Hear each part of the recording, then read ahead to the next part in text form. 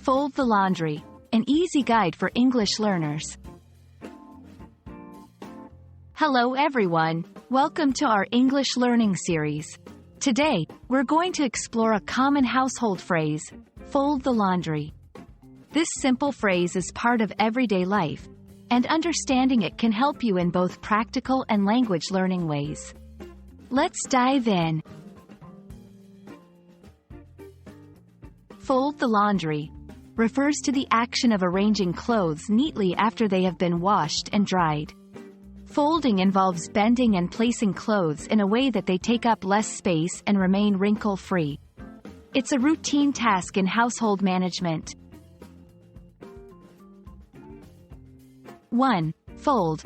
This verb means to bend something, especially paper or cloth, so that one part of it lies flat on top of another part. 2. This article is used to refer to a specific item or items that are already known to the listener or reader. 3. Laundry. This noun refers to clothes, linens, or other fabrics that need to be washed, are being washed, or have just been washed. Could you help me fold the laundry? I usually fold the laundry while watching TV. Make sure to fold the laundry as soon as it's dry to avoid wrinkles. In many English-speaking households, folding the laundry is considered a basic domestic skill.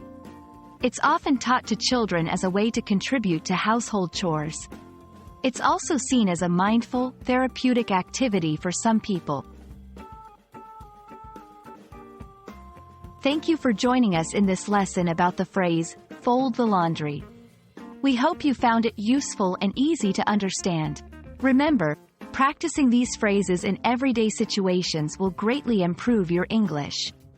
Happy learning, and see you in our next video.